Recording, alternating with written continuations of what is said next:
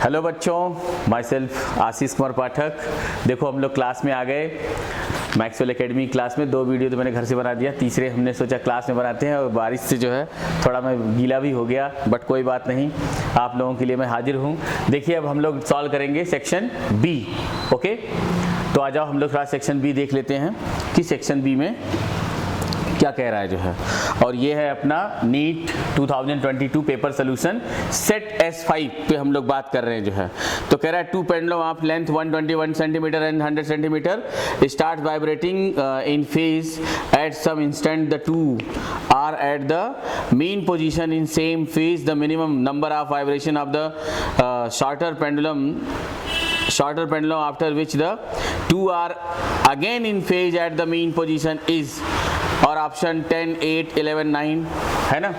तो आ जाओ, इसके लिए क्या कर दो आप, डायरेक्ट क्या कर दो, ये है अपना क्वेश्चन नंबर 36। ये सेट S5 का सेट सेक्शन बी से स्टार्ट हो रहा है। तो यहाँ पर आप सीधे t = 2 pi root over L by g एक ऐसा लॉजिक लगाओ। तो यहाँ से T1/T2 = जो हम लोग डिवाइड मार देंगे तो ये आ जाएगी कैसा, आप जब डिवाइड करोगे तो सारी की सारी वैल्यूज कटती जाएंगी। देखो इधर ये हो जाएगा 2 पाई रूट के अंदर L by g, L1 by g, और यहाँ पर t = 2 पाई L2 बाई जी।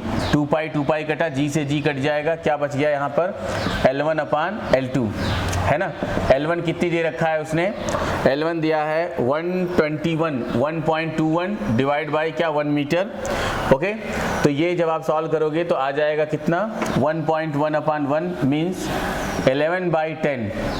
तो आपको मिला यहाँ से T1/T2 = 11/10 is equals to 10 T1 = 11 times of T2।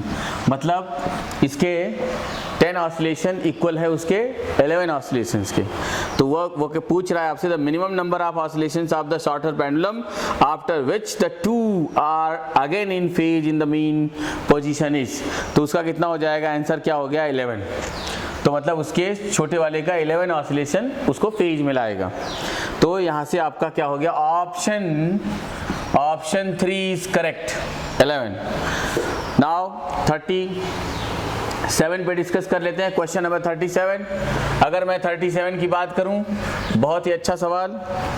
37 में क्या बोल रहा है, 37 आता है किस पर, प्रोजेक्टाइल मोशन से a ball is dropped with a velocity 10 metre per second at an angle of 60 degree with a vertical direction.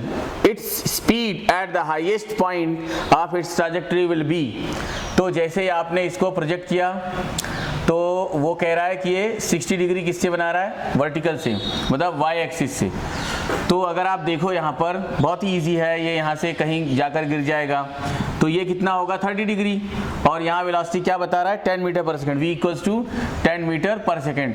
तो हॉरिजॉन्टल वेलोसिटी ux कितनी हो गई 10 cos 30, ये हो गया 10 cos 30 की वैल्यू कितनी √3/2, 2 5 जा 5√3, कितना आया 5। और यहाँ पर भी क्या होगा vx मतलब horizontal velocity remains constant through out the motion. That's why we can say that vx is also equals to 5√3 metre per second. और वहाँ पे हाईएस्ट पॉइंट में vy इक्वल्स टू क्या होता है 0। तो आपका यहाँ से ऑप्शन क्या हो गया, ऑप्शन 4 इज करेक्ट। कौन सा, option 4 is correct. Set S5 का option 4 is correct, 5√3 metre per second. Answer क्या हो गया, ये fourth option is correct. Clear. Next है क्वेश्चन नंबर 38 पे हम लोग बेटा डिस्कस करते हैं। देखो बहुत ही अच्छा क्वेश्चन है, 38 पर भी देख लेते हैं।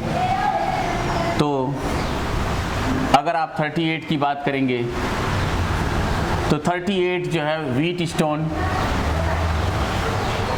ब्रिज से अपना क्वेश्चन है, देखते हैं।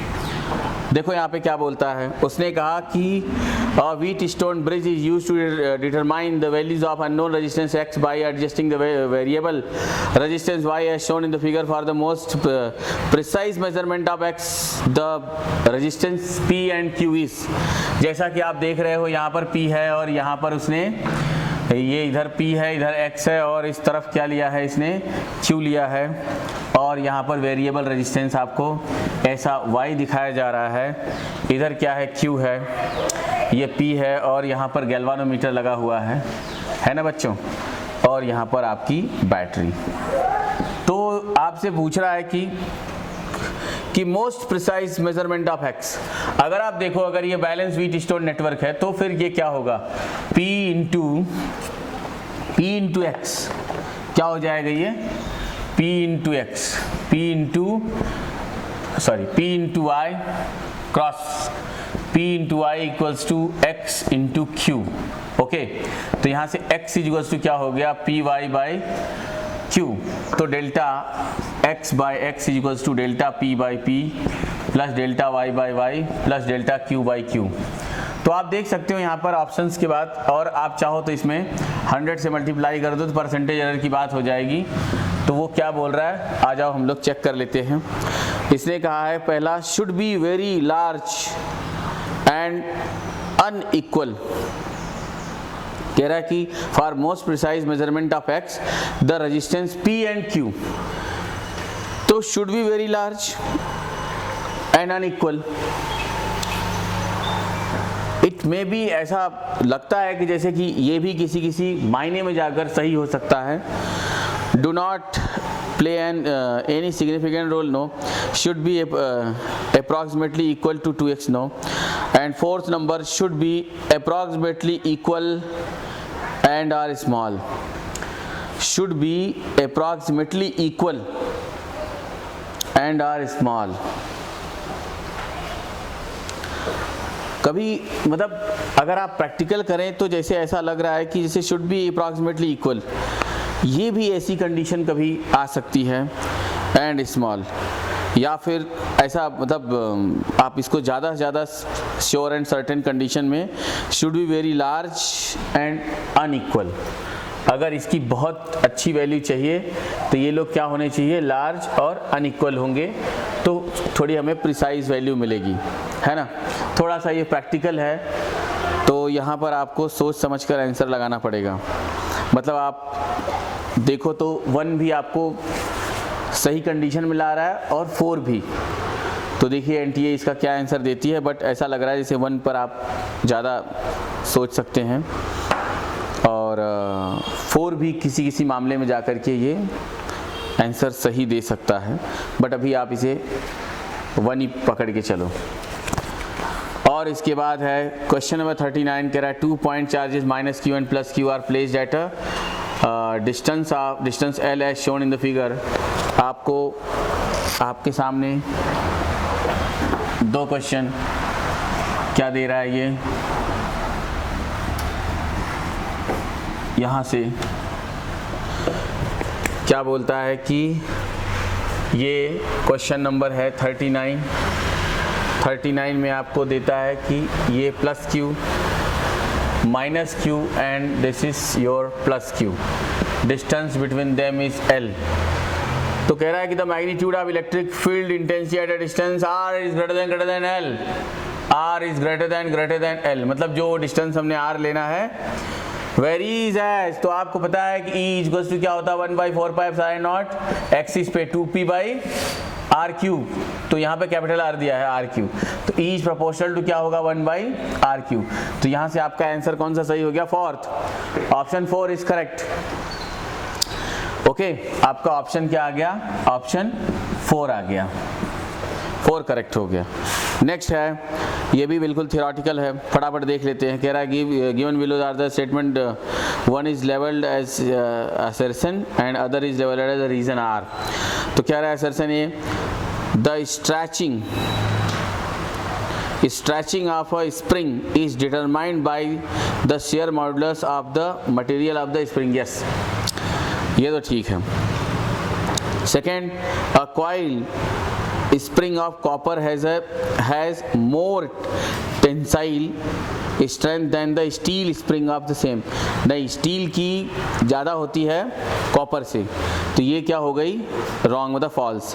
तो आपके लिए बहुत ही ईजी हो गया, स्टेटमेंट A इज क्या हो गया, असर्शन ट्रू, और रीज़न क्या हो गया उसका, फॉल्स। तो ऑप्शन 1 इज करेक्ट।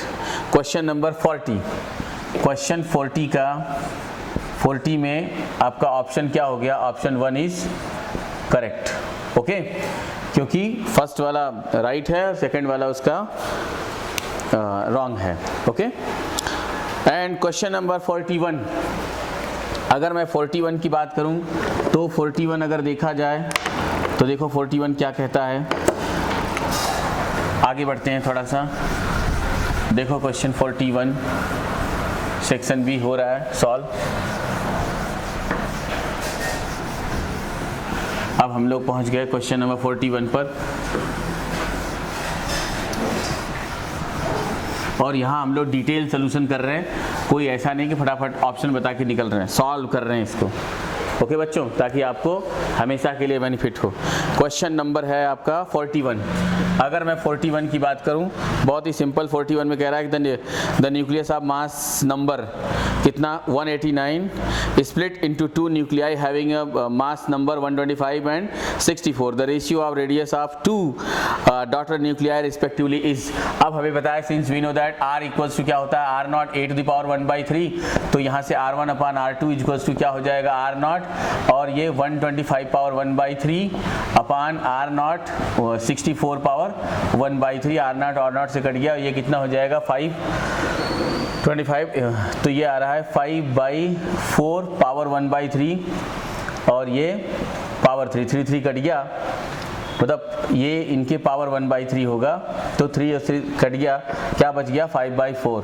तो r1 अपान r2, तो आपका जो रेशियो आएगा वो हो जाएगा r1:r2 इक्वल्स टू कितना हो गया 5:4। आंसर इज 5:4 एंड ऑप्शन आपका क्या हो गया, ऑप्शन फर्स्ट इज करेक्ट। ये क्वेश्चन नंबर 41 का option first is correct. Next है 42, ये तो डायमेंशन है। डायमेंशन मतलब बहुत ही आपका समझो इजी न्यूमेरिकल में से एक है कि इसमें कह रहा है ग्रेविटेशनल कांस्टेंट g, तो और ग्रेविटेशनल पोटेंशियल एनर्जी, तो ml²T⁻², gravitational potential L² gravitational potential, और इसके बाद आपका लास्ट ग्रेविटेशनल इंटेंसिटी मतलब हो गया ये g L⁻², तो इसका हो गया थर्ड। अब आप यहाँ से देख लो कि अगर पहले वाले का सेकंड करेक्ट है और सेकंड बी का फोर्थ करेक्ट है, तो कौन सा वाला ऑप्शन मैच हो रहा है, ए का सेकंड, बी का फोर्थ, सी का 1 यस, और डी का थर्ड, मतलब ऑप्शन 4। क्वेश्चन नंबर 42, क्वेश्चन 42 में आपका ऑप्शन कौन सा 4 इज करेक्ट। आपको एक एक डायमेंशन मैच कराते चले जाना है जो है।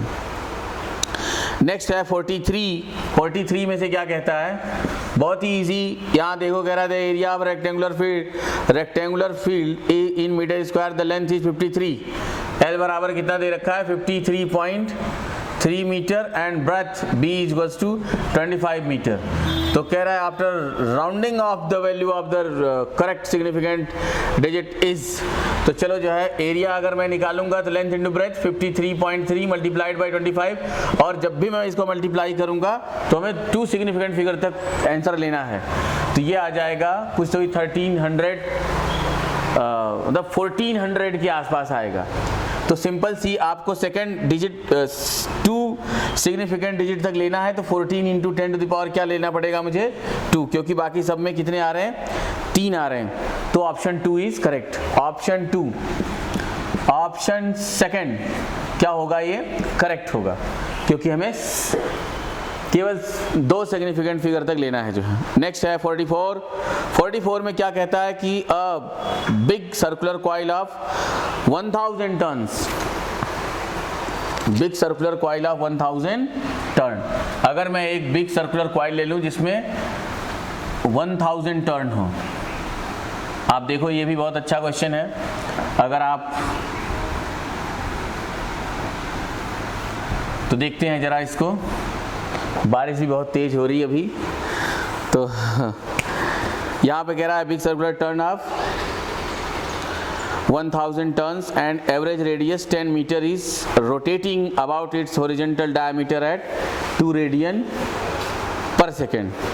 if the vertical component of earth magnetic field at that place is 2 into 10 to the power minus 5 Tesla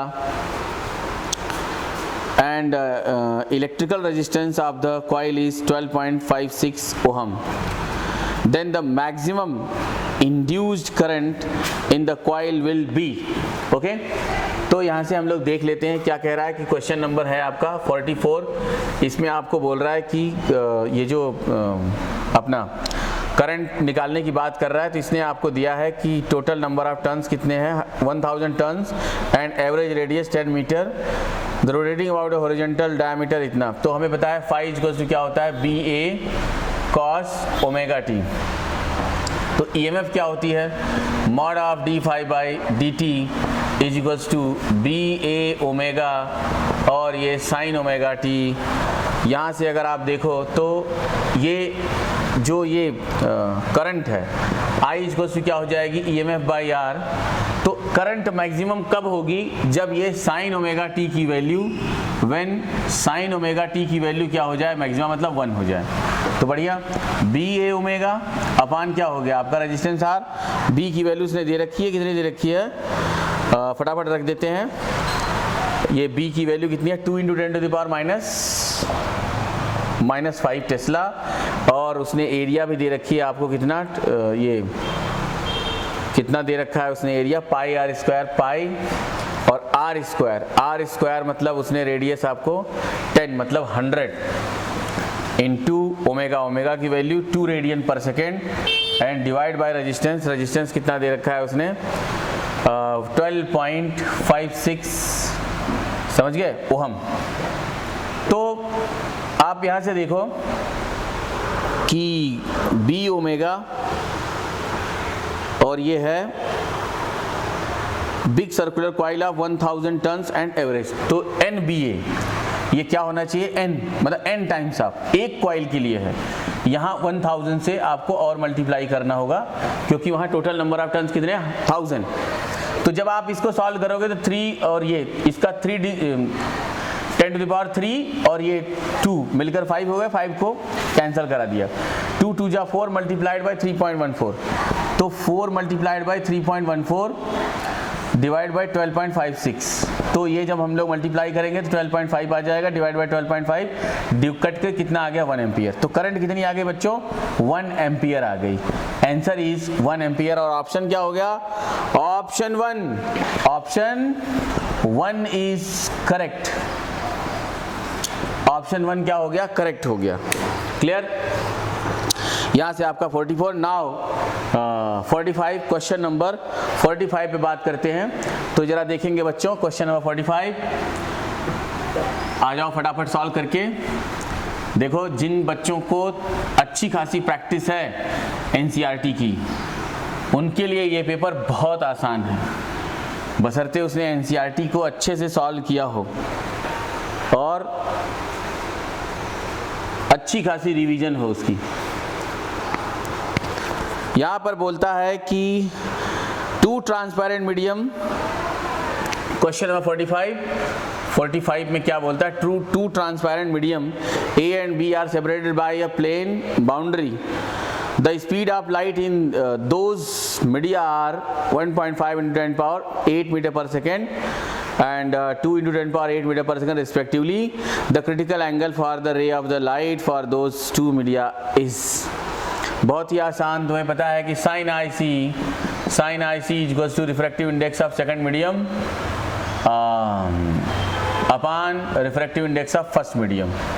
तो जो सेकंड मीडियम है इधर वो क्या हो जाएगी बच्चों, यहाँ पर क्या लेना पड़ेगा आपको, मतलब अगर मैं ये जो μ1 और μ2 की वैल्यू है वो निकालूं यहाँ पर, तो आप देख रहे हो refractive index of second medium with respect first medium is C by मतलब C upon V 3 into 10 to the power 8 divide by उसकी वेलोसिटी 2 इंटू 10 टू द पावर 8, ये कट गया, कितना आ गया बच्चों 1.5 एंड μ1 की वैल्यू क्या हो जाएगी फिर वही ये V2 3 into 10 to the power 8 is divide by V2 की वैल्यू कितनी है 1.5 इंटू 10 टू द पावर 8, ये कैंसिल और ये कितना आ गया 2। रख दिया इधर sine i c, critical angle is equal to mu t की वैल्यू कितना 1.5 डिवाइड बाई कितना 2, ये हो गया 0.75 है ना। तो ये साइन आई सी, तो i c is equal to sine inverse 0.75, ये आपका आंसर है। और ये हो जाएगा ऑप्शन कौन सा, ऑप्शन 4, कौन सा, ऑप्शन 4 इज करेक्ट। क्लियर बच्चों, देख रहे हो 2-2 मीडियम का है, ये तो क्लास 10th में भी आता है, ये क्लास 10th में भी ऐसे न्यूमेरिकल्स आते हैं। नेक्स्ट है 46 के बारे में अगर मैं बात करूं तो आपको दोनों फील आएगा, क्योंकि 46 भी बहुत अच्छे क्वेश्चंस में से एक है। अगर आप देखो तो कैसे,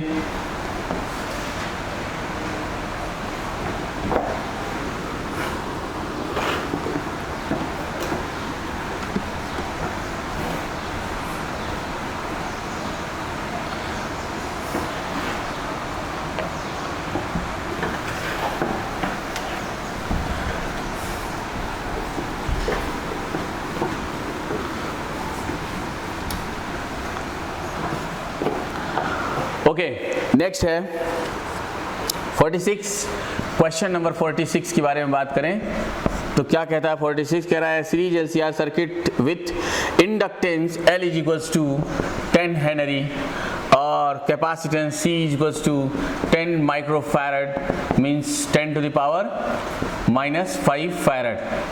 और आगे कह रहा है कि and resistance R is equals to, resistance R is equals to 50 ohm.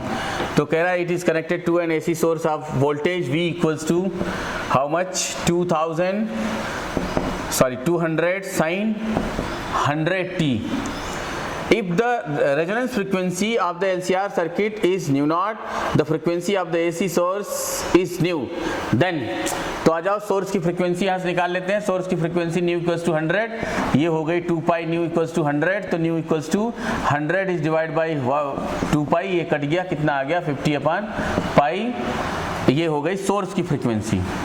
और अगर मैं ये जो है रेजोनेंस की बात करूँ, nu naught is equals to 1/2 pi into 1/√LC 1/2 pi, और रूट के अंदर क्या हो गया L की वैल्यू कितनी है 10 और C की वैल्यू 10⁻⁻⁵, तो कितना हो गया 10⁻⁴ 1/2 पाई, और ये कितना आ जाएगा 10⁻⁴, आ गया बाहर कितना -2, ऊपर गया कितना हो गया 100 डिवाइड बाई कितना 2 पाई। देखो बच्चों कितना आया, सेम आ गया है ना।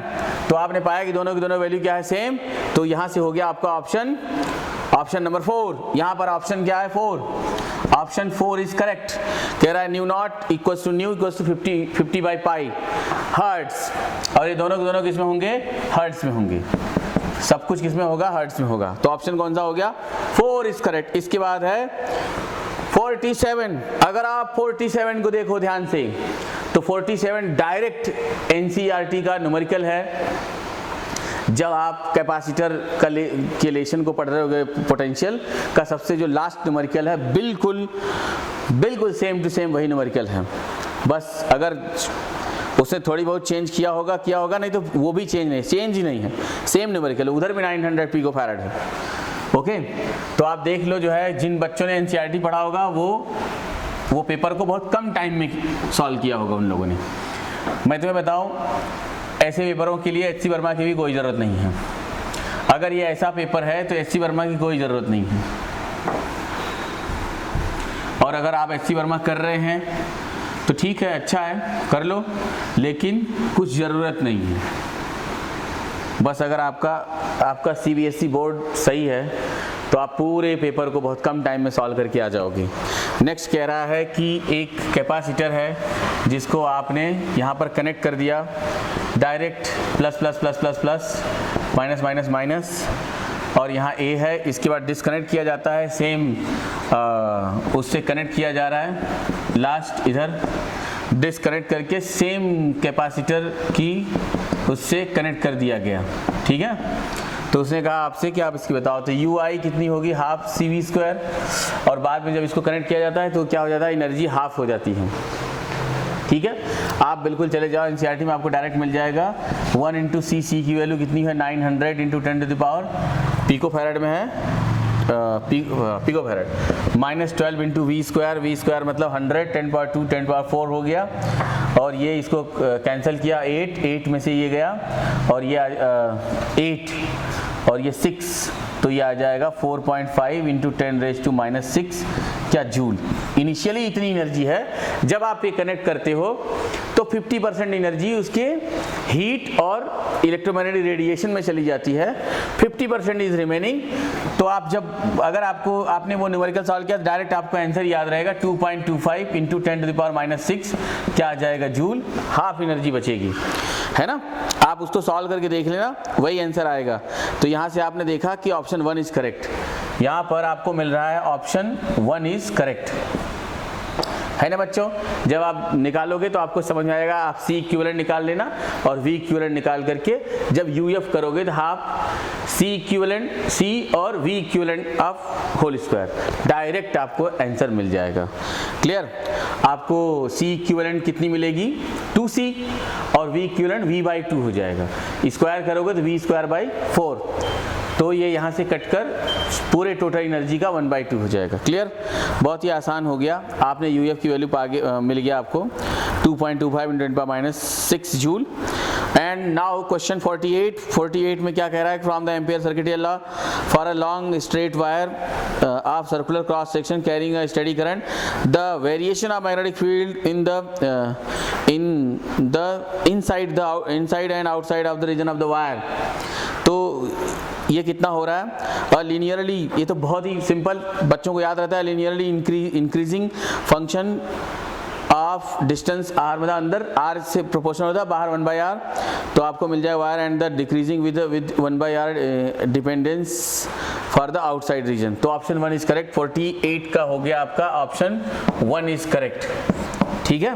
And 49 is very simple numerical. देखो बहुत ही आसान है, ऐसे न्यूमेरिकल को बहुत जल्दी करने के लिए आपको क्या अपनाना चाहिए, क्या ट्रिक लेना चाहिए, और आपको कुछ इस तरह से सोचना चाहिए, और वो है कुछ इस तरीके से।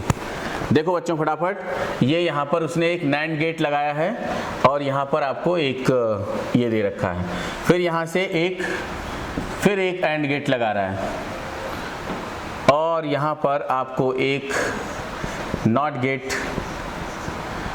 लगा करके फिर से एक नैंड गेट में लाकर जोड़ देता है, और यहाँ से